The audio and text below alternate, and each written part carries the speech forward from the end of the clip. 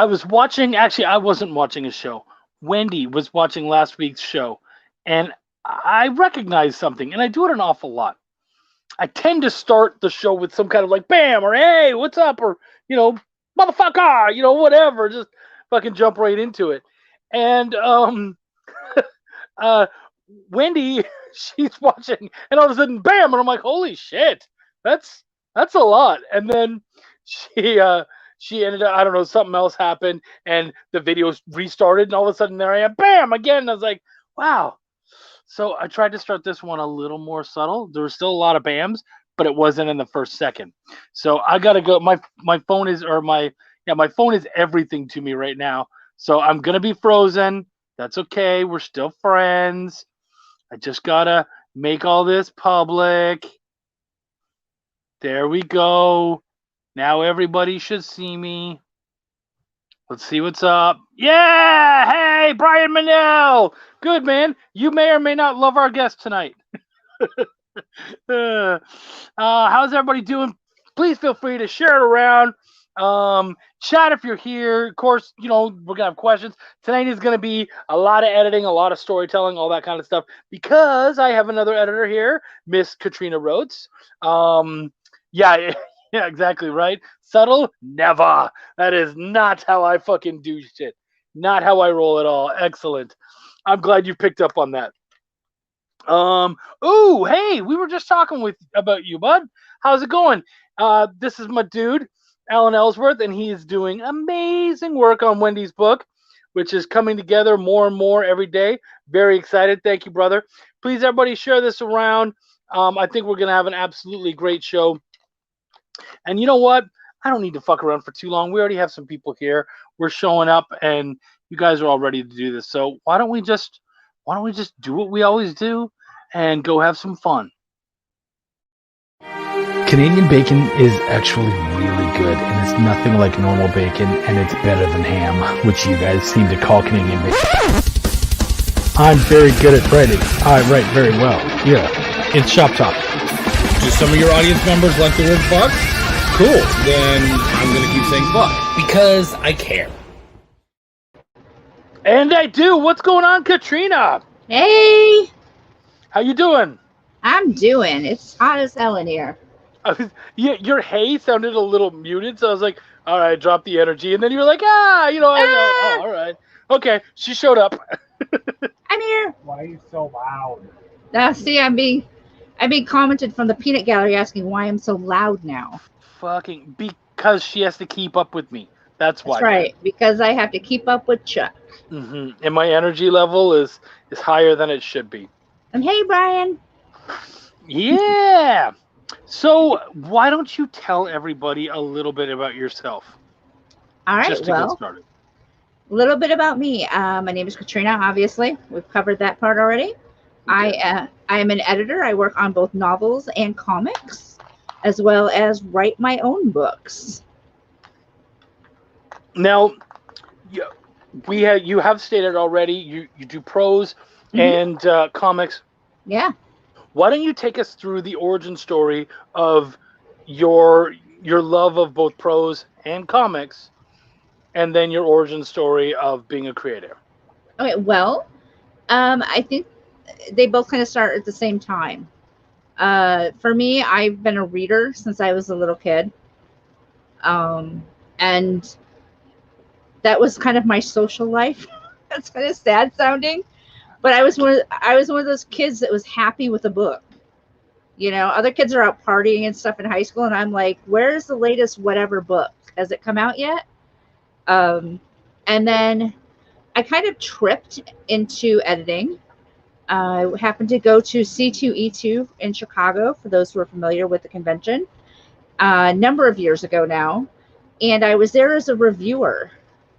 And I met a gentleman by the name of Jared Begora, who had a book, a prose book that he had released, and he wanted me to review it. And we became semi-friends. We talked and chatted with Facebook friends. And he put out an open call for an editor, and I went, I could probably do that. And it ended up becoming his editor, and then it kind of expanded out into that. I've been writing probably almost as long as I've been reading. Somewhere in my house, there's a fantastic poem I wrote in like the 3rd grade about, witches turning things into hash because they're angry. Into ash or hash? Hash. Now, Sweet. as a 3rd grader, I was thinking probably like corned beef hash, but yeah, you can. But I was a 3rd grader, As an adult, if you updated that could become a really cool story. it might become a bestseller. Right? Forget all my children's stories. We're going about witches turning things into hash. That's it. Just go kill a bunch of fucking wishes and then open a dispensary and you're fine. Right. And the rest was history, folks. I'm rich, bitch. But yeah, so I've been writing, since I was a little kid. And then once my own kids were grown, actually started writing professionally. I guess I shouldn't put that in air quotes. I do get paid, so. Right.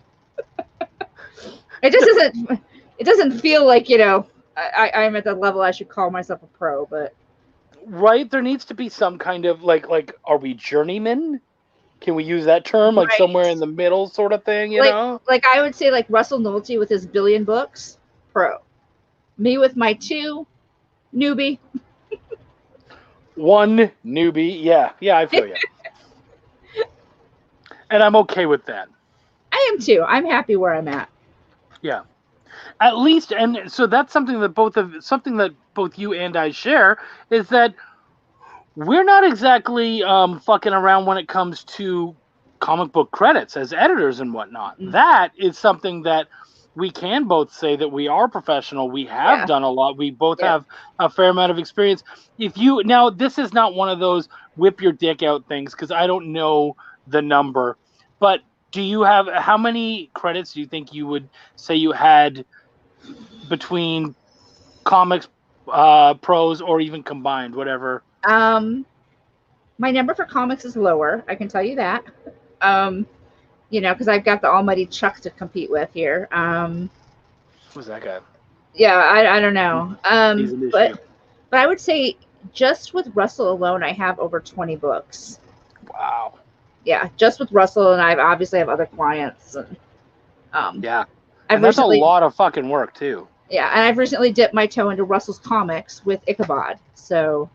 Oh, good. Yeah. Yep. I've done the proofreading on, I believe it's Ichabod's volume 2, 3, and 4. That's right, guys. I've read volume 4. Yeah, that one's not even out yet, is it? That one's not even out on Kickstarter yet. So. Oh wow. Oh, okay. Yeah. Oh shit. Yeah, you're way ahead of it. Well, Russell writes like a year in advance before he releases anything. So, yeah, I get. Is that the one that finishes it off? Yes. Yep, that's the end one. So you know how it ends. I do. I know how it ends. Wow. How now? I thought you were going to say, how does it end? I'm like, Yeah. Obviously, I like my job. No. Okay. How did you enjoy the ending personally? Because I know that you are very invested in his work. I personally really thought it fit. Yeah. Yeah. I kept reading the whole thing, going, how is this going to end? This can't possibly be ending. And then all of a sudden, bam, there was the ending, and I went, yeah, that's it. Yeah. Yeah. So what does he have, like 4 or 5 issues per? I believe it's 4. Yeah. I believe. Don't quote me on that 100%, but I think it's gonna be what, 16. Yeah. Cool. All right. So I know that you're a proofer, and you is that your favorite part of editing, or do you have a favorite part of editing? I like proofing, but anybody who's worked with me will find out that I'm really bad at being a straight proofreader. I always have comments on things. Oh, I see what you're saying. If I were ever doing straight proofreader, you're looking at your manuscript, novel or comic, you would just see me correcting grammar and punctuation, spelling, that kind of thing. Me, I leave little comments in the margin. I can't help myself. I think you and I are the same, where it's like you become invested. I do. And you're like, Yeah, I don't I want to, and you don't want to. It's not even about, because a lot of people feel, I think, that editors are just there to pick and all that kind of stuff. But I think it's that we actually become invested in the hmm piece and we go, I really like this and I'd like it to be the best version of itself. Right. And Yeah. this little thing doesn't fit. Sometimes something's so big and you're like, man, that's way beyond my job. I can't help you, Yeah. man. Like Right. Well, if you want, I'll tell you, but like for me, I did a comic for somebody, and I was just proofreading it. But I was proofreading the final copy, so it had been lettered and everything. And something about the art kept jumping out at me. The character had been given this through this ritual or something along those lines. She'd been given a tattoo, and I kept noticing it in a lot of the panels where you should see the tattoo. It wasn't there, and I was just like, I can't not comment on this. It's not my job. yeah. You know, this is outside of the scope of what I'm being paid for, but it's one of those little things that could be fixed that's just going to make it better. Mm-hmm. And I have this belief that if I notice it, somebody else is going to notice it.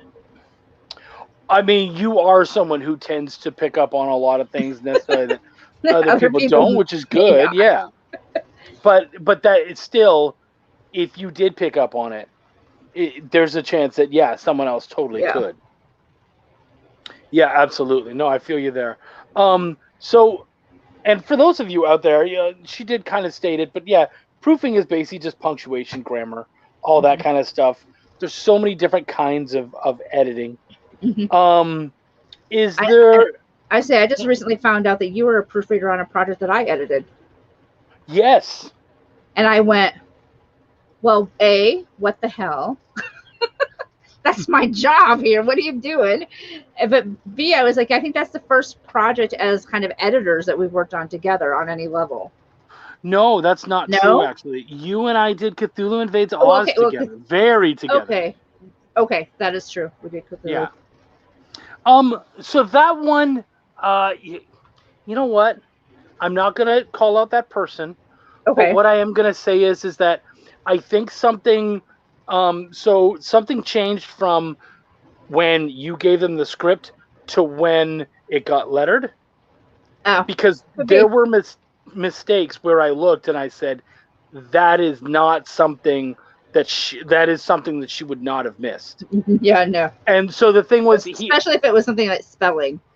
Yeah, well, and it was a character's name that was misspelled multiple times, and I was like, no. "Oh, that's not right." I mean, I didn't want to sound like egotistical, but no. No, absolutely, yeah, and it was very obvious, and so I was just like, no, and so there was just things like that, and so I just went, okay, and so I told the person, I said, "Hey, I don't mean to be rude, man, but because I saw the preview and you wanted me to go over it, and I said, there's some like glaring issues here," and I said, have you swung it by your editor? And he's like, I didn't really want to bother her, and I didn't know if that was what she was doing. I was like, I'm pretty sure that she's doing all of it. And he's like, I don't know, and I don't want to bug her. And I'm like, okay, well, for future reference, clients of mine, bug me. Right. Me too. How can I help you if you don't say, hey, I need help? Yeah, well, and the funny thing was, I actually originally just said, don't worry about, I'm not here for the credit. I'm not interested. Mm-hmm. The person's my friend, and I saw it and I wanted to help. So I went through and I helped, and they've been very good to me and my family. So it's like, yeah. So I went through and I helped, and then I was credited, and I was like, well, cat's out of the fucking bag now. Yeah, she's going to see that. Not trying to take anything from you, I promise. I just stepping up. Hey, Eric Cockrell. What up, girl? And what up, Katrina? My motherfucker. That's funny. That's so good. I love you, dude. That's good shit right there. So, yes. So we did work on that. And, but we also worked on Essence House together. This is true. But I look at you as a writer of Essence House, not necessarily an editor. Not necessarily. Right, but not like necessarily like the editor of Essence House. Yeah, I don't look at myself at all as the editor of Essence House. I've had to certainly, like you have to do that work, especially when we went from audio drama to turning into the novel. Yeah. but it was still a lot of writing and whatnot. Are you? Are they talking to you or? No, he's talking to the cat who is. I have a small table in my living room. Okay. And the cat is asleep on it, and it's bothering the child that the cat is asleep on the table. So he's attempting to get the cat off the table, and the cat's blatantly ignoring him. Like, so the cat's being a fucking cat. The cat's being a cat, going, "I'm taking a nap. Screw you." That makes perfect sense. Yeah. Yeah. It's like when I used to do internet radio, and when my youngest was like 3, and he was really good about not being loud or talking when I was talking. But every once in a while, he would just like come running up and be like, "Oh," and I'd be like, "Oh no, the studio's haunted. Oh no, what are we gonna do today?" My kiddo actually came in recently, and I was just like, instantly while you were talking, I shut off my mic, put up a finger, like, shut the fuck up, and then didn't say that, but you know. Brian Manel's coming out with a question. Good for you, man. Yeah, he's got those long ones. I know, dude. I know. Right? What? Brian and I should talk about that. Brian and I talk in novels someday. I swear. Oh yeah. God. He sends me questions, and I'm just like, scroll, scroll, scroll. I love you, Brian. Scroll, scroll, scroll. I feel bad because I turn everybody's novels into like a 2-sentence response because I'm just like, my responses are very condensed. Like, you might get 3 to 4 sentences to your 10. Yeah. Well, let's see what they get out of this. All right, what you got, Brian? What are some key things you look for when editing? Are there any common mistakes or other things you find within scripts that you tend to correct more often than others? Okay, well, if it's a comic script, incorrect use of an ellipsis. I see that quite a bit. In novels, it's commas. You know, everybody's favorite, the comma. So, I mean, I see that a lot. What was the first half of that question? See, this is the problem. I don't have it to scroll back on. Key things I look for. Yeah. Okay. I'm looking for, if I'm proofreading, I'm looking for grammar. I'm looking for punctuation. If I'm editing, I'm looking for, does the story flow? Are the characters relatable? If I'm looking at something and I'm bored, you know, we need to work on it. I have standard editor stuff. You know, I think a lot of it is, you know, the same stuff that everybody as an editor kind of does. I'm not special in that. You know, the bottom line is I'm looking to make your project the best project it can be. I try to tell people I am not your enemy as an editor. I may not be your best friend by the time we're done. But I am there to help make it better, you know. Yeah. So I think the thing about you and I that I would say I feel like we share is that we both have pretty good bedside manner. Yeah. We're not interested in ripping your shit apart. And I think that's kind of a lot of the difference between us and, say, someone who is an in-house editor, where, no, we demand something certain from you. There's something that the company demands and a certain, you know, so they're going to, and I've seen some stuff, like my mentor was showing me some of his previous notes, and I was like, I could never talk like that to a client. And it's not even, I say fucking shit and all that stuff all the time. It's not even that. It's such an attack. Like, I was just like, holy shit. Yeah. Guys, here's how nice I am. When I'm doing, like, say, a prose book in Word, I have actually changed. Now, you guys won't see this on your end, but on my end, I have actually changed the track changes color from red to blue, because I feel like red's mean. Oh, that's funny. I'm not red penning. It's just a nice blue. It's nice and soft and subtle. Yeah, so I guess I am more the dick, because I gladly red pen. But the thing is, that's a setting in my Word. So when you open it in yours, it's whatever your setting is. So default is red. Funny. But yeah. That's funny. Yeah, no, I go straight to the red every time. Red pen. I want you to. How bright can I make this? Yeah. It doesn't go bright enough. It's a solar flare. Look at that.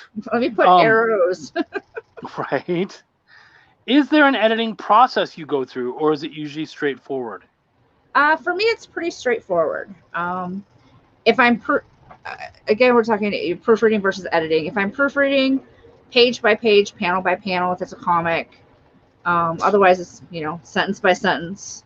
Yeah. With prose, and with something larger, say a graphic novel, an actual novel, it's pretty straightforward. Some people start at the back and work up. I can't do that. I get confused. So For proofing? yes, I've heard people who start from the last sentence and read backwards through their book.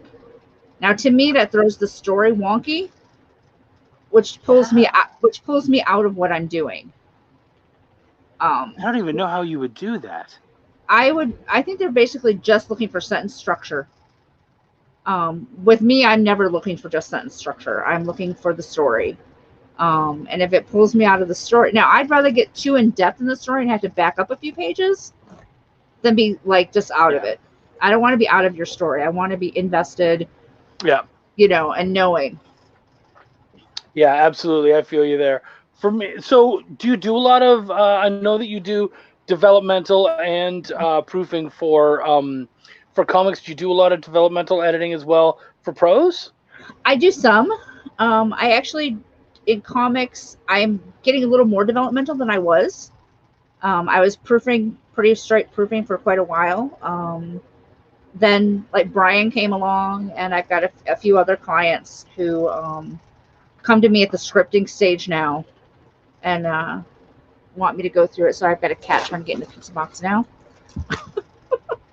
I'm focused, I swear. No, you're good. This is the way my house works, guys. You're giving us exactly the amount of focus we deserve. So it's all good. This is how my house works. There's always something. Usually, there's no cat that's walked across the screen yet, but it could happen. Right. It's not unusual if anybody's ever seen me on a podcast. Which works out well for someone who has a book like Apo's Army. Apo. Okay, sorry. Yeah, look, woo! Isn't it pretty? And Eric's favorite part. Look, there's a cat butt on the back. Oh, did he draw that? This is yep. Eric Cockrell did my cover art for this one. Yeah. That's really good. Yeah. Are you sure that that's Eric Cockrell? Well, he either that or he stole it from somebody and sent it to me. Yeah, because that's really good. I mean, he is from that Chicago area, so you never know those people. Fuck you, Eric. Right. Just before I have to come to him and talk to him about my next cover, I'm bad mouthing him. Right. Good call there, Katrina. Good call. I just sent in my chapter 8, so I don't owe him anything for a bit. And actually, I think the next thing we need to do together. Well, I'm probably going to start work on chapter 10 pretty soon, because I don't need his help for that. Chapter 9 is a separate thing. But yeah, anyways. Okay. I know I'm a couple chapters behind. It's been too hot to listen to it in the car because I have my windows down. And then I can't hear it. Oh yeah. Come on, fall. Sense. I can catch up. You know what? I'm not that this is about us at all, but we've gotten some really good feedback on this season. I feel like we've really pumped up the adventure, the action, the fun, everything. I feel like now that we know we're writing this to be a novel as well, there's a lot more that we're doing with it, so I think I think that's a good thing. You guys are kind of jumped in the deep end with the first book and learned a lot of, okay, next time we can do X, Y, and Z and make this a little easier on ourselves. Yeah, and it's been a lot easier. I mean, it seems like it's more difficult because we've had to take time off. That's just because life and happens. All that kind of stuff. But yeah, absolutely. Brian it kind of does be like that. You guys talking back and forth and all that sort of stuff. As far as, so I would say for me, for editing, if I'm doing something, I tend to, when I'm doing that first run through, I don't worry about their sentence structure or anything. Mm-hmm. because I don't believe that you're going to make it through that first round Right. without needing to change enough dialogue that it's not worth me fucking proofing. So I'll Right. basically kind of do the 2 rounds, or if your dialogue is good enough, I can proof it in lettering. You know what I mean? Right. Well, and So that's, I think I need to remind any of my clients who may or may not be listening. Guys, if you hire me as an editor, like when I'm doing developmental, that includes me proofing it at letters. You know, Yeah. don't think I'm dropping the project mid-ball. You know. Yeah, you definitely want to mention that. I've actually, I actually had someone go, "Oh yeah, we're into editing right now on this," and I was like, "No, we're not. No, because I haven't been spoken to." So I messaged the person, and I was just like, "You know that proofing is part of what I do, right? Like that's that." Oh yeah, that's right. Okay, cool. So Yeah. you're fine with that? I'm like, "That's you paid for that, dude." And That's what I. you know, guys, you're paying me enough that I yeah. can spare the the time to go through it again. Well, and I think it's important for us to both add as well. We're doing that as much for us as we are for you, because it's fucking frustrating getting that book because they're gonna probably send you a comp or something, Right. and Right. then seeing a bunch of proofing mistakes and going, "That was not me. I never would have let that happen." Right. Yep. And Well, that is and a killer. my guys, is this cat is driving me up the wall. He's only like 4 months old, and he's decided that he loves pizza and worst ranch dressing. And there's ranch dressing inside the pizza box. And he's trying. I've actually put a heavy book on top of the pizza box, but he's determined he's going to get in that box. But yeah, I mean, guys, I do this. I want you to have the best possible project, but also at the end of the day, to be honest, my name is on this too. And I don't want, it coming off and going like he said, yeah, that was Bongo. I was trying to keep him away from the pizza box by holding him, but he's wiggly and it's hot and it didn't last. But Right. but yeah, I mean, I don't want people looking at that going, really, she's only that good. Yeah, I mean, I'm sure for both of us, you want to move on to bigger and better things. Mm-hmm. And if someone goes back and looks at some of your work and says, "Oh, they missed that," Something really obvious. Sucks. What do you mean the character's name is misspelled 5 times? How did that happen? Like, how did you Not not me. see that? I didn't see that because it wasn't shown to me. Yeah, absolutely, man, absolutely. So Brian comes back in. He says, "Are there any differences you noticed for editing comics versus editing a novel or other forms of media?" Okay, well, I'm gonna start by saying I don't do other forms of media. I don't do video editing. I don't do a whole lot of art editing. They're just not my fields. I'm very much a words girl. Is there a difference between editing a comic and a novel? Yeah. With a comic, I mean, with both of them, you have to be able to see them in your head. But with comics, art covers a lot of that. Mm-hmm. I mean, even in the scripting stage, I need to be able to see it in my head. If I can't see it in my head, I'm not always sure that the artist is going to be able to see your vision either. And I will leave notes like that. Like, Yeah. I that doesn't, and I will leave notes sometimes, about, well, wait, this character was over here. How did they get over 5 miles down the road with nothing in between? With novels, you have a lot more room for words. I mean, essentially. And those words have to do the same thing that the art does in the book or in the comic. Now, they're tag teaming the pizza box now. I can't win with this pizza. I can't win with this pizza box today. Stop it. But yeah, I mean, with a book, the words in the book have to be able to paint that same picture as the art does in a comic. Yeah, absolutely. So would you say that pacing in a comic book is much more important than, say, in a novel, because it's so easily noticed, and because there's usually such a smaller space to work with? Usually we're only working in, like, say, 24 pages instead Right. of 200 plus. 240. Yeah. I Hmm. would say so. I mean, I think pacing is important in anything that you're doing, but I think especially with comics, you have to really watch. Because if there's not that flow to it, to me, if it seems like it's jerking around, I'm not going to be interested. You know, if I walk up to you at a show and I pick up your book and I'm flipping through and it doesn't make sense, Yeah. you know, I'm not going to be coming back for issue 2. Yeah, absolutely. Yeah. Sorry, I had a thought and then it kind of died. then it went away. I saw we had a question from someone who wasn't Brian, and that just fucking blew my mind. I was like, whoa! And Brian, not to keep you from asking questions, because I love your questions. It was nice to see that you weren't alone. I didn't want you to have to bear the full load, my friend. Wendy Gale says, so as an editor, as far as comics are concerned, what can a writer include in a script that you feel makes everyone's job? Editor, artist, colorist, letterer. That's a good question. I think for me, and I come back to Brian's books a lot, because that's what I've been working on a lot lately.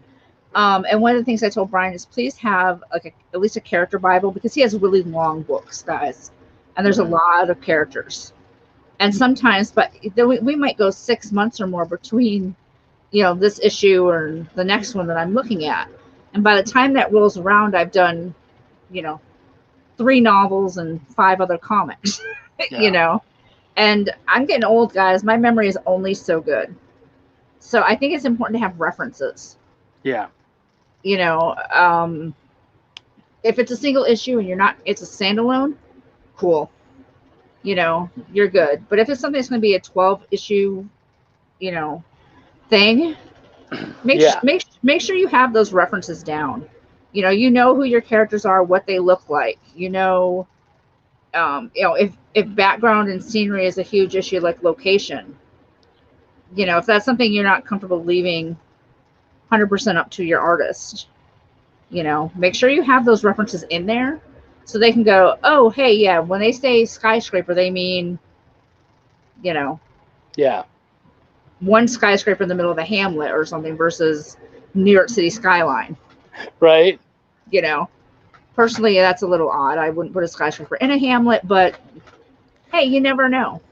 It would definitely be a defining aspect of that little hamlet. It would be important, right? So you want to make sure that they know this is important.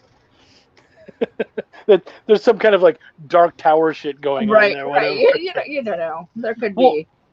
One thing I often tell people is, don't necessarily try to leave the bubbles up to the letterer.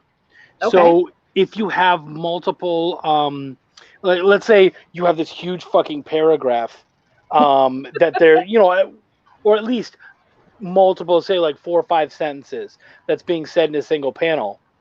Don't leave it up to the letterer to break that up.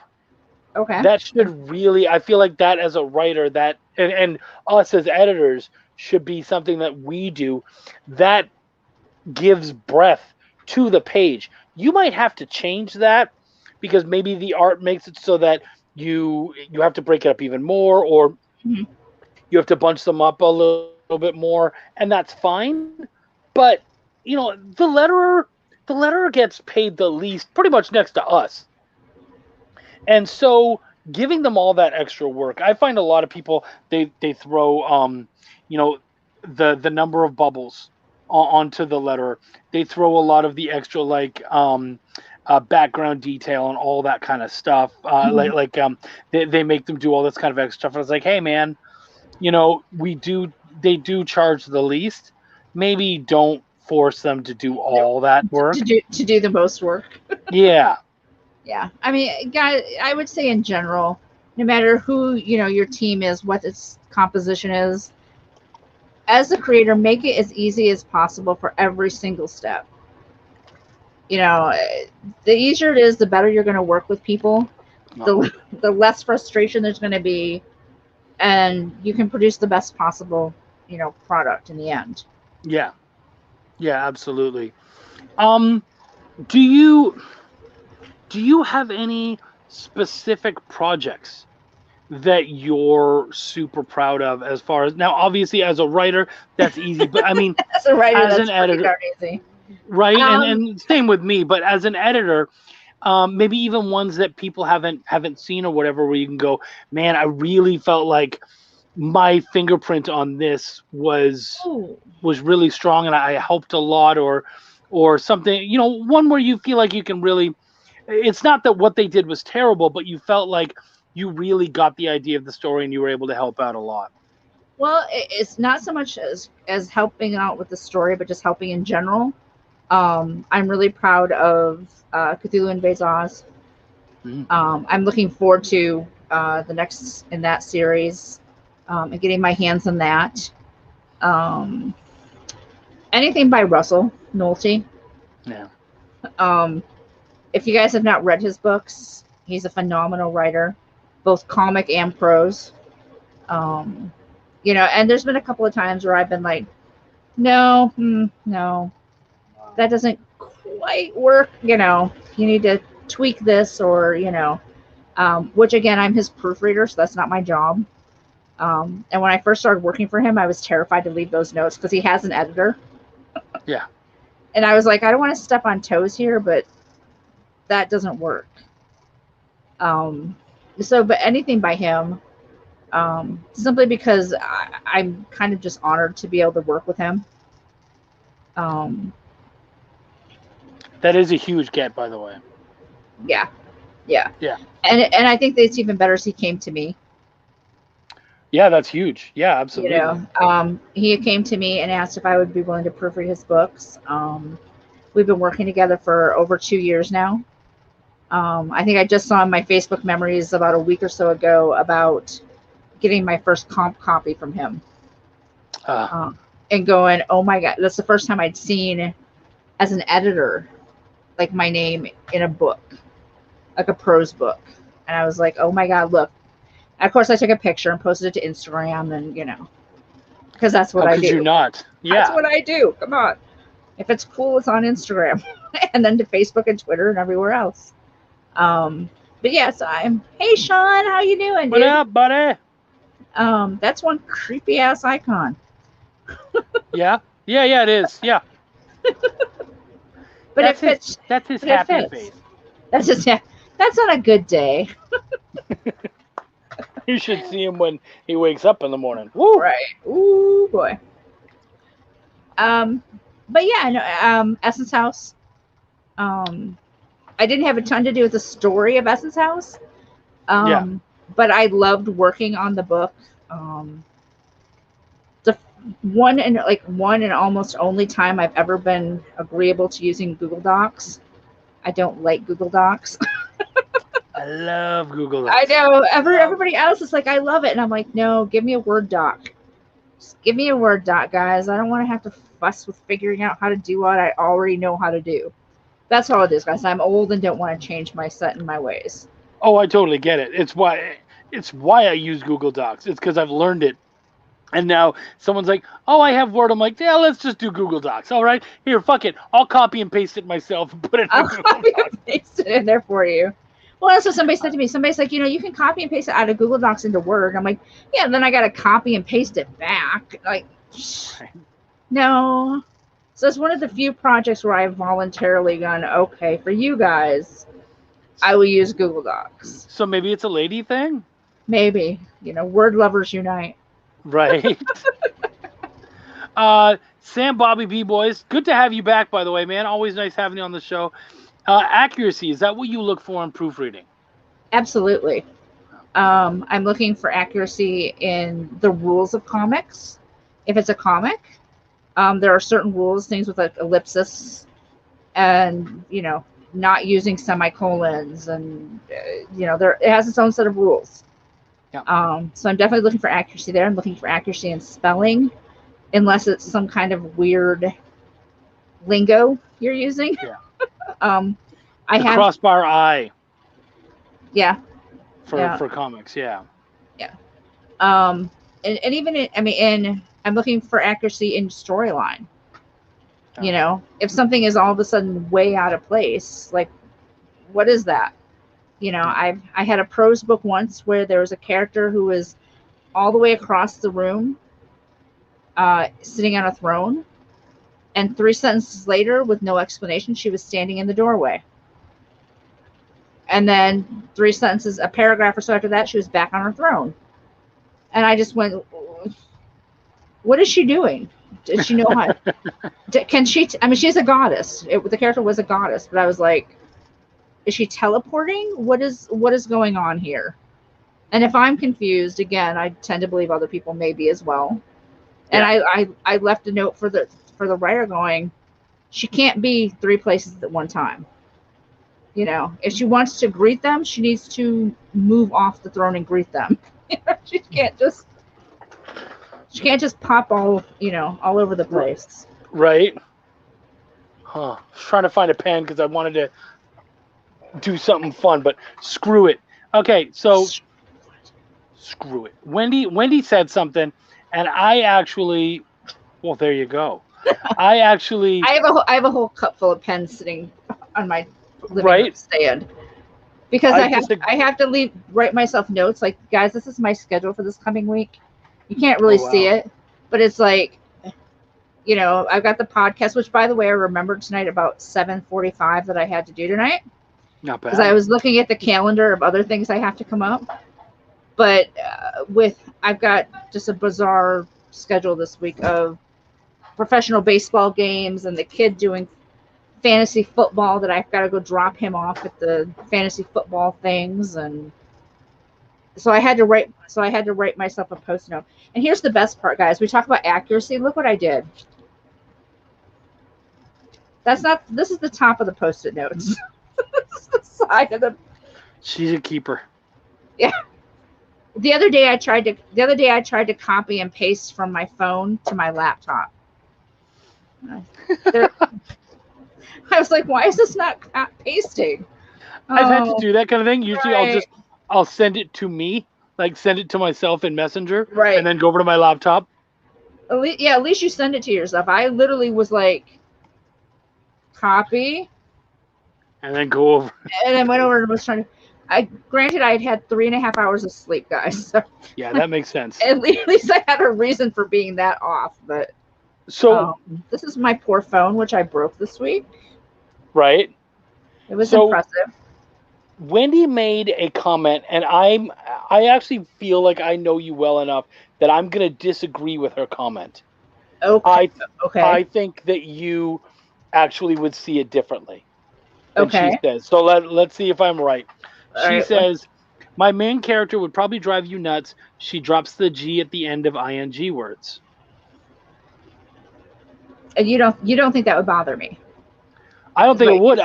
My theory is it wouldn't bother you as long as it was consistent. As long as it's consistent and it's her style of speaking.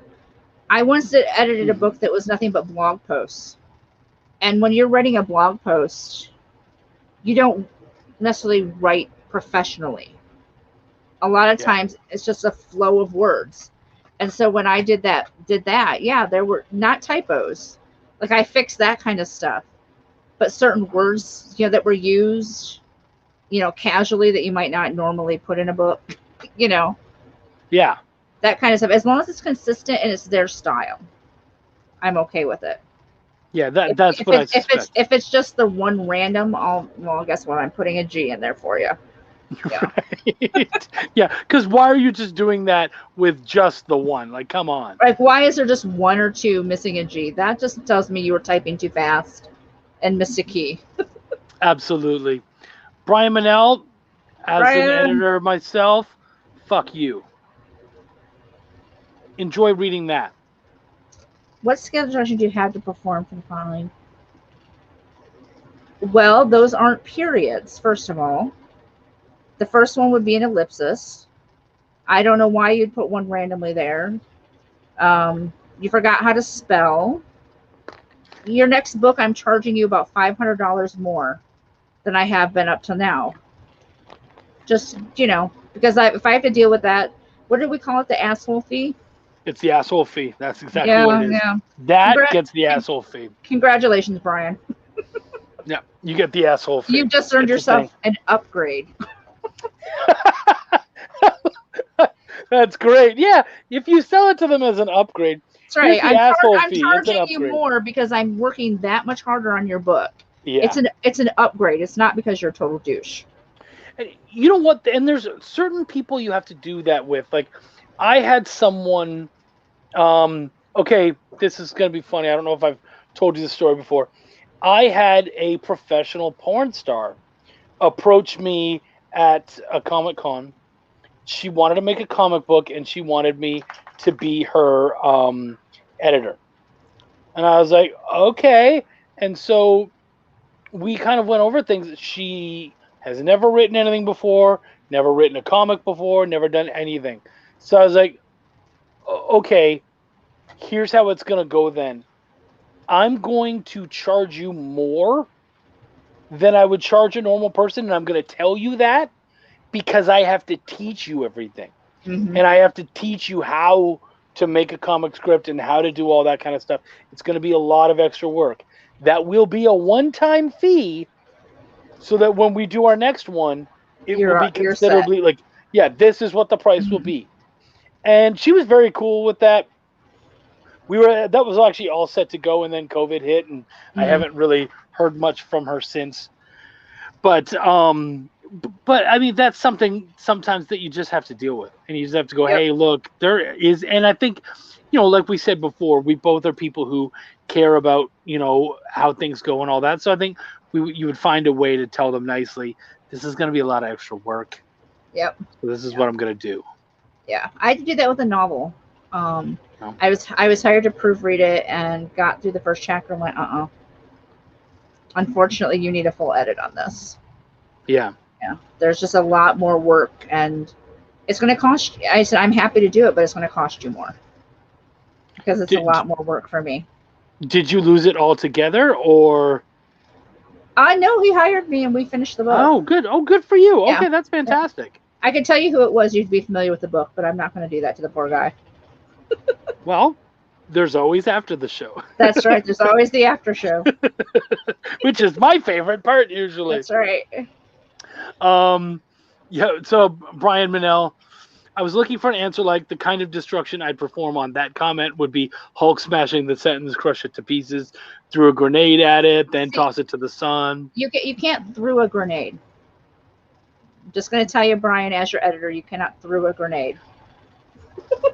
Oh, you've been proofed live on the air, my friend. Live on the air. That's hilarious. Yeah, man. Yeah. So you had, and if we can't talk about this, please, no autocorrect. No. If you can't talk about this, let me know. But okay. You had a project that blew my mind. We're talking, he was showing off too much punctuation, but you had a project that had too little. Are you allowed to talk about that at all? Well, I won't name his name. Well, yeah, fair. Well, I won't tell you who the creator happened to be, and I have worked with him since. He still has the same policy for all of his books, where he does not believe in end punctuation, unless it's a question mark. There are no exclamation points or periods within his books. His belief is that the art should carry the text. And if you can't tell from the art, the tone and everything of the text, that's his theory anyway. I think he's right on a general level. I think, and feel free to chime in however you feel. I think often in comics, there's kind of this ego, and I've had similar creators where they're like, you know what, I want to do it like this instead. Mm-hmm. And it's like, what you don't understand is that comics has been around for almost 100 years. And There are that these rules. there are rules that are very specifically there. And people will notice them. They Mhm. will say shit about them.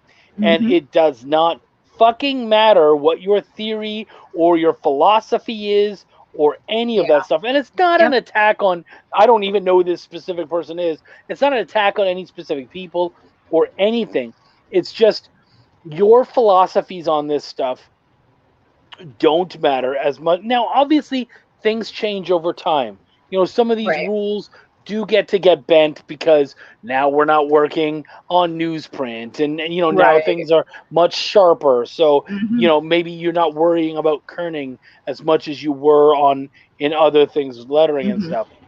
But still, for the most part, the rules are there for a reason. Who the fuck are you to change them, and why do you Yeah. think that you can? Yeah. And his theory was that it was innovative, and he was trying to create the next big thing, I guess. And he's been picked up by a publisher, so somebody's okay with it. I just don't understand how it's innovative. Like for me, it's like it just feels mean, lazy. well, and that's what I was going to say. It feels lazy to me, and unfortunately, I before I realized this was going to be a thing, um, I had, I quote my prices up front. I very rarely will come back, and I feel guilty saying no. I need more money because Yeah. I'm the one that sets the project price.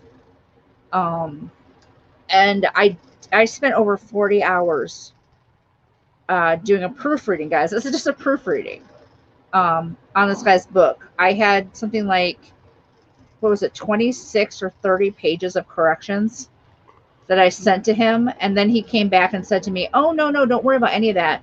I don't do end punctuation." That was kind of my face too when he came back like that. How many pages I was the book? It was a graphic novel, at least the equivalent of a trade paperback. So we're talking like 100 pages or so. I want to say, for some reason, the number 86 is in my head, Okay. but that could be from anything. So, But it was a good length book. so basically, you did about 30 pages of edits, which means you wrote a third The of script. the entire Yeah, script. yeah, Wow. yeah, and it was just. And so this now, whenever he sends me a new book, I confirm with him up front. Okay, no end punctuation, right? Yeah. Right. Are we still doing it like this? And we still did, because I don't want to do all that and find out, nope, we're not doing Yeah. punctuation. So You still being fashionable? yeah, yeah, this is, yeah. Yeah. You, Is orange still the new black? What are we yeah. doing? Right. Yeah. See, our other editor came in omitting Yeah, punctuation. no. Yeah. Hmm. Yeah. And I won't. And It's wrong. Is what it yeah. is. And I love you, And if lady. I'm and if not going to he's go and into if your he's next comment, but yeah. and if he yeah if he's watching this, sorry, but that's Yeah. my personal take on that. Well, and It's what you want to do is, and if it works for you, I okay, I think, guess. But and you know what? That actually is a really good point. Is at the end of the day, we work for you. mhm. So, was really at the end of the day, that was fucking annoying, I'm sure. Yeah, I know it would have been for me. it was very frustrating. I legit was the first time I'd had a project that I'd gotten that far and wanted to cry. Yeah. Like, But the sheer concept of, do you understand how many hours I put into this? yeah. I mean, comparatively, I just finished, like I said, Ichabod 4, and it took me less than a quarter of the time, Yeah. Of you course. know? And that's is the one and only time I think I've had a project that A, I wanted to cry, and B, I legit sat there going, should I demand more money? Well, and I think the problem is a lot of times you guys don't understand that we have to look at this and go, is this the hill I'm gonna die on? Like, Right. which one am I gonna do? So, is this worth it? And so again, like we said with Wendy and losing the G's on her character, if it's consistent and that's what you want to do, If it's a stylistic choice, then that's your style. And as much as I Mhm. disagree with it, I think it's important for us to be able to speak up and say, I disagree because A, B, and C. Mhm. And then they go, yeah, well, I don't care. And you go, okay, Okay. how far, is this the hill? It's not. Okay, well then I guess I'm sticking around, but I don't love it. It's kind of like I have a friend of mine who, in the last couple of months, we've gone out to dinner a couple of times, and he insists on paying. And I said I have a one-time objection. That's it. If you tell me no, this is how we're doing it, then this is how we're doing it. Yeah. I'm going to object once and tell you why I object. Other than that, it's your book. You're the creator. I work for you. That was when he took you out for dinner? Well, no, I didn't tell him he was the creator. That would be a bit much. He might like that, but I didn't go that far. Right. But he's just, even the one night I messaged him and I said, hey, you want to go out for dinner? Dinner's on me tonight. We got there and he insisted on paying for dinner. I was like, but I said I was paying for dinner. And he's like, yeah, well, that's pretty much too bad, isn't it? All right. That was my one objection. Yeah. I was at a show, same thing. I was at a show and one of the guys I'd worked with said, hey man, we got to hang out. I want to be able to talk about the book and stuff. And I was like, and he said, I'd love to. We were both in a town we'd never been in. So he's like, hey man, let's go out for dinner and hang out. And I was like, absolutely. So we went out. We had probably one of the best pizzas I've ever had in my life. And we were just having a great time. And I went to go pay and he goes, no, I got this. And I said, you sure, man? You don't have to do that. And he goes, no, man, I want to do this. And I was like, all right. I put in my one objection. My one objection. That's what I said to him. I said, I will object once and one time only. I'm not going to earn. This is, again, not the hill I'm going to die on. And I was going to say that. This pizza is not the hill I'm going to die on. Not it. In my case, it was the pappardelle that we had. It was nice. It was made with leftover grains. Oh, yeah. Zeus was behind me. He's gone now. Oh. Sorry, trying to get rid of all that. Yeah, we had, it was, the pasta was made with like leftover grains. We were at a brewery. So it was leftover grains from producing the beer. Ooh. Yeah, it was different, but it was good. The worst the worst part was apparently neither one of us has ever eaten a purple carrot. And we were pretty sure it was a beet. until I ate the orange carrot and went, no, that was a carrot.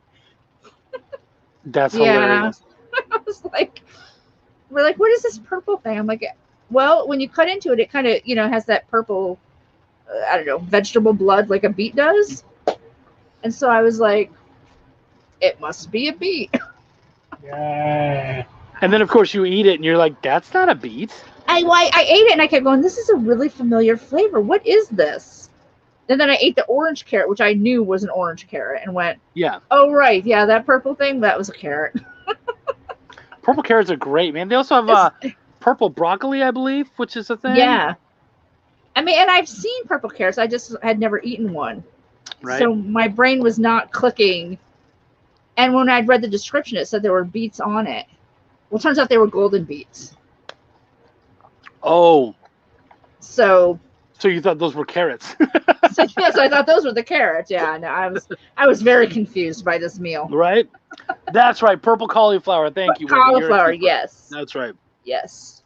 Wendy came in and said, I've proofread a couple of books where the writer had innovations in their style that just screamed, this is not the right way. But in the end, it was his decision. Yeah. Yeah, I mean, and it can be really hard to get through. Yeah. I'm not going to lie. Like I said, I still work with this gentleman with his innovative punctuation or lack thereof. And I enjoy his stories. And he's a great client, but I'd be lying if I didn't cringe a little bit. Yeah. Each time I cringe a little bit and go, this needs a period. It's one of those agree to disagree moments. Mm-hmm. Yeah, no, Yeah, absolutely. totally is. For penance, due to my obtrusively cringe punctuation comment, I promise to never be that That innovative. innovative. That's All good of right. you. That's very good of you. That's good. We may deduct the fee a little bit then. Right. And good, Brian, as we're starting to wind down to our hour, one more question. When writing your own stories, do you often borrow writing or story elements from others you've edited? Oh. No. Really? And well, I can only say this because when I edit, I'm either editing a comic, which has its very a unique form to it, or I'm doing a full novel. And I don't write full novels. I write short stories for kids. So So, what about it's stylistically? I can't say that I'm stylistically unique. I'm sure that through the years of all the books I've read, including children's books to my own kids and when I was a kid, all that's probably blended a little bit to make what I consider my style of book. I mean, I don't think any of us out there are 100% unique. You know, all of our writing styles are made up of the things that we've come in contact with throughout the years. Though that would be almost what makes us unique, right? The different Right, fingerprints of right. I mean, somebody asked me what my biggest writing influence was, and Winnie the Pooh. Yeah. Oh, okay. Yeah, I can see You that. know, the kids, not just the books, which I have.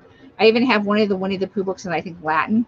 Can't read a word of it, but it's cool to have. But I Yeah. mean, but the Disney movies, you know, those little short stories of these characters. Yeah. I mean, my first book was a similar kind of thing with toys. You know, that have their own lives and what do they do, the Are we gonna situations they get into. see? Are we gonna see another toy store? We are. For Yeah. those who haven't seen, this is the first one. Another Eric Cockrell cover. He did the interior art as well. Give credit where it's due, guys. Always. I will say, April's Army, which I showed you guys earlier, I do have a different interior artist on this. Her name is Max Strain. Um, she just turned 20. So she was 19 when she did the book. It's her first illustrative work. And she did a fabulous job. Can we see something that she did? Let me flip through and grab. Here we go. This is one of the cats that she did for the book. For those who don't know, April's Army is all cat stories. So is that because that feels like a really cool? That feels like perfect for a coloring page. And Was that the intent? And that is the intent. With Tales from the Toy Store, Eric did the interiors. You guys can see again. This is new camera. So that's Eric. Same thing. That's great. Coloring book style. In the backs of both books, there is a link to a OneDrive where you can actually download and print out all of the artwork. Oh, that's great. As coloring sheets. Oh. Yeah. David Galliano came on and said always. David, I'm not sure what you mean by always, but I'll say always, buddy. Big always. heart. Much love, buddy. I don't know you, but big hearts. Oh, Dave Galliano is fucking great. Does Savage Bastards. Okay. He's got a lot more. He's in a book that is on Kickstarter right now. He has a 4-page story. Wendy, what the fuck is it? Final Growth. Final Growth is the name of his piece. It's from Pardon? Amazing. It is an amazing story. Absolutely. And which anthology is this? Tales from the Collective, which is actually. I backed that. Yeah, no, dude, honestly, I backed that one. That one is killer. All of the stories in that are really good. Capable is on Kickstarter right now with issue 4, and they've got John Hendricks got a story in there. Of course, Voodoo Nations has a story in there. Yeah. It was you know what? It's funny. Wendy should have been really intimidated getting into a book with those other people, but her story was done. And what's nice about her story is it stands up tall against everybody else's. That's awesome. It's really a good piece. There's 4 stories and then a nice prose piece. So yeah, man, it's really good. Yeah, so excited to see Dave doing that. Wendy Yeah. Gale said, I think my biggest influence, is Dragonlance. Dragonlance by Yeah. Margaret Weiss. I love how I could see their world and characters by just reading the world. Yeah, absolutely. Yes. I get you there. Yeah. Um, Absolutely. always Oh, credit. That's what he always meant. credit. Yeah. Yes. Always credit, We guys. love you, buddy. Much love. I am Um, I am a big soapbox person regarding crediting your team, your entire team. yeah. Yeah. Well, especially as editors, we're the ones who are We were the most ones who likely get to forgotten the not be. most. Yeah. And that's where it started was, and I actually have, if you guys go to my my page on my website that has all of my pricing and all of that stuff on there, there's the fine print at the bottom, and one of those things states I must be credited within the book. Has there been any books? You don't have to mention names where you were like, you don't have to credit me. One I can think of that I was Yeah. like, okay, but but my policy does state this, so Right. There was one where when I didn't get credited, there was is no. Now, to be fair, my work was not in that book, okay. which is why I was like, "Whoa, you did not credit me for that, did you?" And he's like, "No, did you want me to?" And I'm like, "Fuck no, don't you dare!" So no, Like, good. no, Good. because that was one of those ones where I had pages upon pages upon pages of edits, and then none of it was done, and they were like, "Oh yeah, it's going to print." I was like, "Don't you dare put my name on that fucking book, please." So, but yeah, that's a really good book. I think Wendy did an amazing job Wendy too. did it. Thank you, I'm buddy. sure she did. I have no doubt. Yeah, I'm really excited for everyone to read that. And we of course have copies here, and we'll be selling them at Dallas Fan Expo when Wendy and I appear next, October 19th through 21st. Nice. Oh, or no, sorry, September 19th through 21st. Is that when we're going to be in Dallas? 17th through 19th. So I was close-ish. So go to the Dallas Expo website and find out the correct dates. And Chances are be Wendy there. knows it better than me. I just know it's a weekend and I'll be there. And I just actually paid for my first table, so Cool. Where's that? Tell us all about that. It'll be in Midland, but not until March. Okay. So it's a small show, second year show. It was supposed to be third year, but COVID wiped out a year. So it's second year. It's actually held in the Midland Mall. Okay. Where normally you would have, well, back in the day when malls were a huge thing, you'd have kiosks and such. Now we're going to have tables set up right down the middle of the mall. Is it supposed to be like a Comic-Con, or is it It more is. novels, or It is more comic. I'm going to call it. They're calling it a Comic-Con. I'm going to call it more of a fan expo. yeah? You're going to have writers. You're going to have comic people. They have they are calling, not me, because it makes me big time cringe and grit my teeth, the women's section. For those Are you who are fucking kidding me? There's segregation? it's for those who are into things like Tupperware and 31 Sensi. Hey. Wow. Yeah, I cringe, bite my teeth. Please don't put me anywhere near it. Dude, that's fucked up. Hey, so we got this Comic-Con coming up, and check out our chick corner over here. Yes. You can get your makeup and your purses and right. chicks even write. Did you know that they could make books? Did you know that they make books too? Oh, that's pretty fucking cringy. Yeah. Sorry, Midland. That's rough, guys.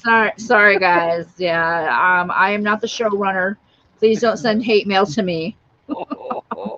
That's thank you for telling me that. That's fucked up. Yeah. I should have a third book out by then. So I should have. So I'm doing things right now like pricing tablecloths and stuff because they're giving it's 8-foot table. I'm going shit. Do I have enough stuff for 8-foot table? But Do you by have the a lot time of comps and stuff? I have some, and I'm going to put out some stuff that I worked on as an editor, just as an example, with some business cards.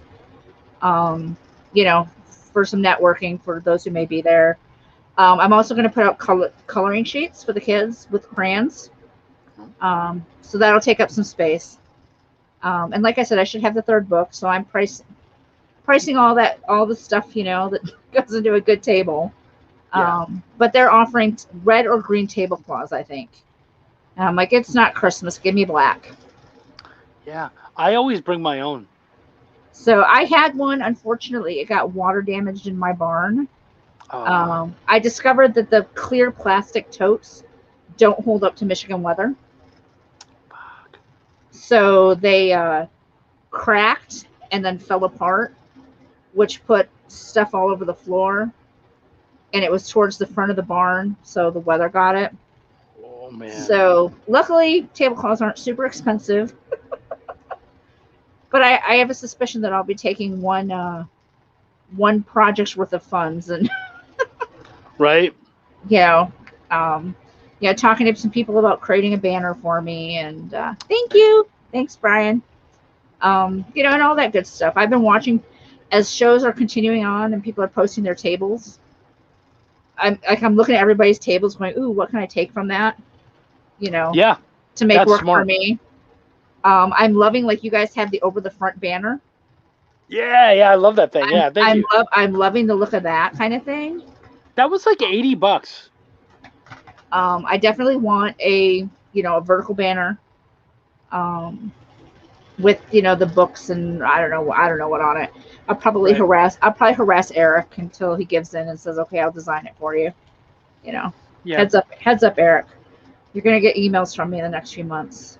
Martin Piero says, unless you're looking for a personalized tablecloth, a bed sheet from Target is cheaper. Absolutely. I didn't even think about that. That's a great tip, Martin. Yep. I hadn't even thought about that. I used something more like I think it was, yeah, I mean, you're probably right. I think I used like a tablecloth or like a black, almost like a curtain. Okay. Yeah. Because I wanted it to be a little thicker and such. But then, of course, now we have the runner. And I mean, most shows, especially because you do the bigger shows, most of the big shows, they already have them. Mm-hmm. So it's not there that I can just use as a pillow or something. Right. You just fold it up and, right. Put it down on the table and, Yeah. I have half an hour before they open the doors. Exactly. Yeah. I may not have done a whole lot of tabling, but I have done a lot of shows. So. Oh yeah, you've been in tons of shows. Yeah, absolutely, and the vertical banners are great. We just got a new one. We have our Bonfire Press one, which is coming in on the 31st, and then Wendy got all excited. She was like, "Ooh, I also want masks," and she wanted Bonfire Press masks, and I was like, "Okay, cool. I mean, we could do something like that." And she looked for masks, and she found these masks for like $20. Okay. Per mask, and I was like, no, I don't mean to be rude, but like, I don't need a mask bad enough, for $20. And I said, we're standing in front of a booth for the most part that says Bonfire Press with a banner that says Bonfire Press. Have you asked Kyron?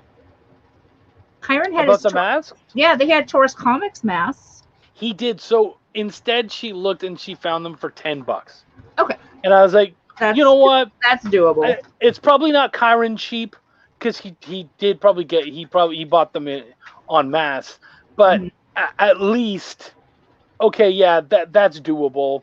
$20 for 2 masks. Okay, fine. Because for me, my thought was, if I'm gonna pay $20 for anything swaggy, it's gonna be a fucking hat. Hats, yeah. Because I will wear that until I die. I've been wearing hats since I was like 13 or 14. Right. Yep. That thing will get its due, but I can't promise the same for a mask. We could be not using it a year from now. Well, and see, I literally legit own 20 masks. I don't know how that happened, but I mean, a lot of them, I have different holidays, different seasons, because I got into this mindset of if I have to wear it, the damn thing's going to be cute. Right. I'm not you know, it's rare you see me wearing like the medical masks. You know, they're all really cute masks. You know, so to me, it's like, do I need another mask? And So- for me to go like with Cat Scratch Press, it would probably be like just a white mask with black polka dots to match like my business cards. In which case, I don't need a necessarily. Excuse me, Cat. Can I help you? Or just get the little kitty one with the little snout and the whiskers. Yes. My daughter has that, and that's cute as shit, and that Yeah. works. Right. Martin Piero came busting in with some really good con advice. So I'm going to show these guys off. I do want to finish this up soon, but it's too good of advice to not show off. So thank you, Martin, for all of this. Martin, what you got for us? Make a sign you can print on your printer with a QR code to send folks to your site. Okay. That's a really good idea.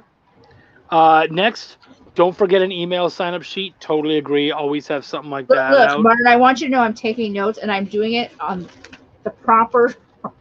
not sideways this time? Not sideways. The problem with the orange ones is they weren't lined. There's no lines. This one has lines. Right. He says, I have a secret tip for getting more emails out of show, but I don't know if I should share it. Oh, don't tease. I know, right? That's up to you, bud.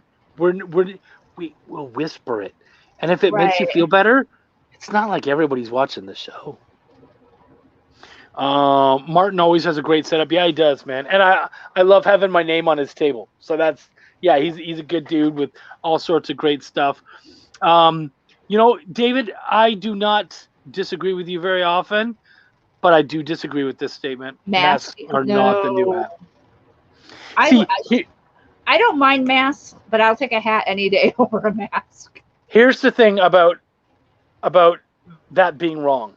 I wear a hat because my hair looks like shit sometimes, and I want to hide it. But I fucking love my face, and I don't want to hide an inch of that. So, no, I don't agree. Well, and the thing is, like, for me, I don't wear hats tons of the time. I just bought a new baseball cap yesterday, actually, for Michigan State, because I don't know where I put my other one. And football season's coming up. Bye, Brian. Thank you, Brian. Always great having you around, buddy. Thank you so much for all the questions and just for hanging out. We appreciate you, bud. Absolutely. We'll see you next week.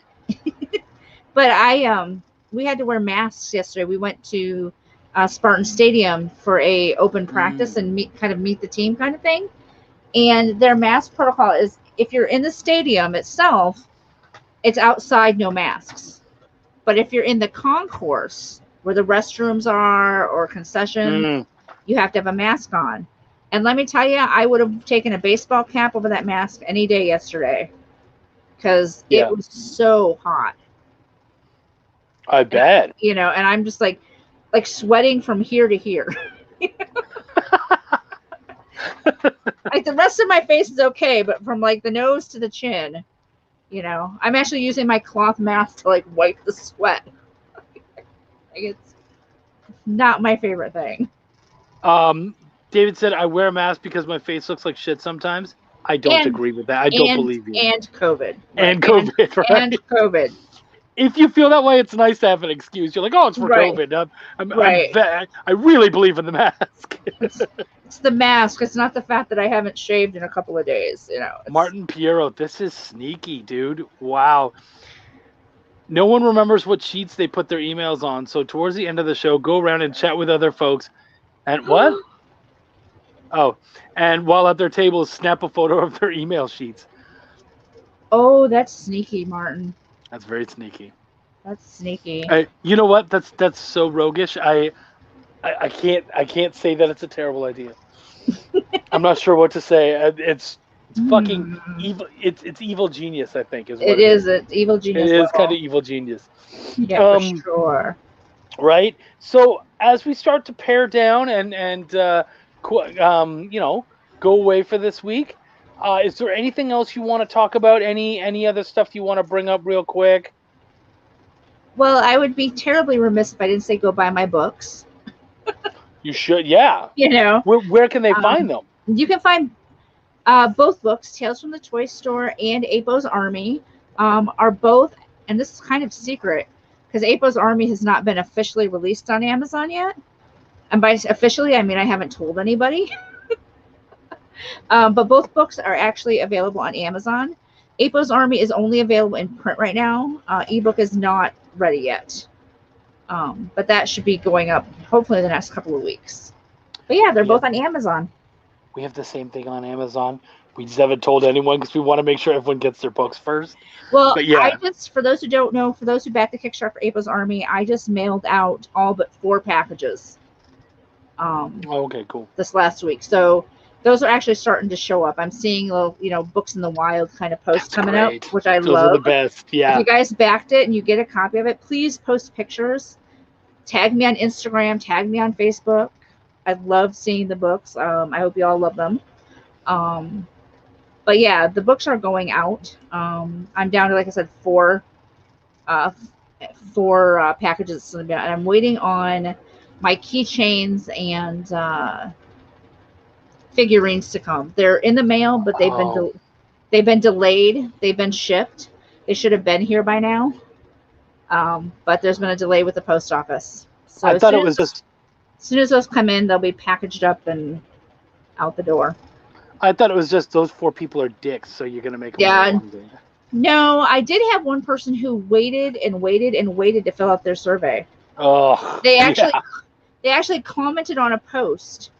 When I was like, "Oh, look, all the stuff is in. I'm boxing it up."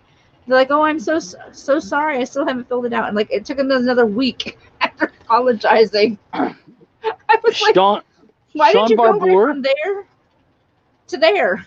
Yeah, right. Sean Barbour is fucking relentless. He wants it done he wanted it done so bad. He's like, no. He tracked everyone down. Anyone who he's like, Chuck, this person's from Ontario, Canada. Do you know them? And I'm like, do you know yeah, them? Message them now. That's my own. Yeah, he's like, find out, get their address. Well, okay, brother, I got you, no problem. Look, I am not. I had for the longest time, I had 5 people who hadn't filled out their surveys. And I did. Was it Kyron? Because that was not Kyron. No, I didn't think so. You sexy bastard, you. Kyron actually was super awesome. He did back the campaign.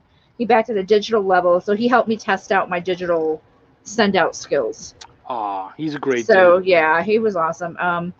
Ben Cook, he was one of them that was prancing around, not getting it done. And I was like, dude, come on. I private messaged on Facebook. And if they weren't on Facebook and they were on Discord, I messaged them on Discord and went, I can't send this until you fill this out. Yeah. Now, I did text one of my friends because he hadn't done it. He's like, well, I figured you knew my address. I'm like, fill out the damn survey.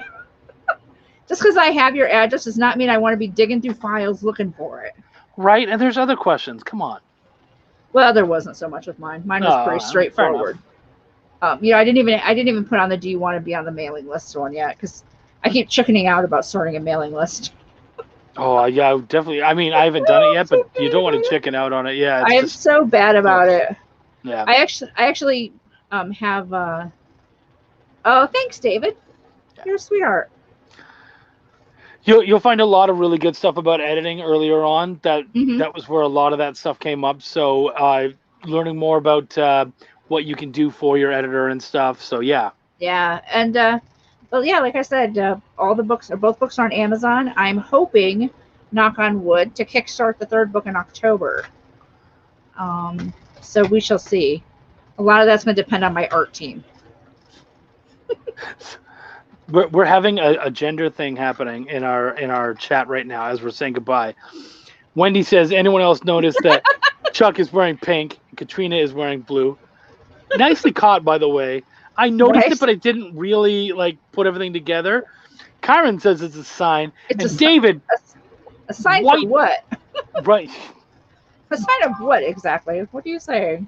David comes out and white knights for us like the man. He goes, it's 2021. Wear whatever headphones you want. That's my boy. That's right. I got to get new headphones. These are all busted at the top. I got to get new headphones. I love these, but I kind of want to get black flames on them. Or something, just kind of to make it's not that I don't like the pink, it's the singular color. I'd like for there to be something else I on want there. to kind of So. get the ones with like the cat ears.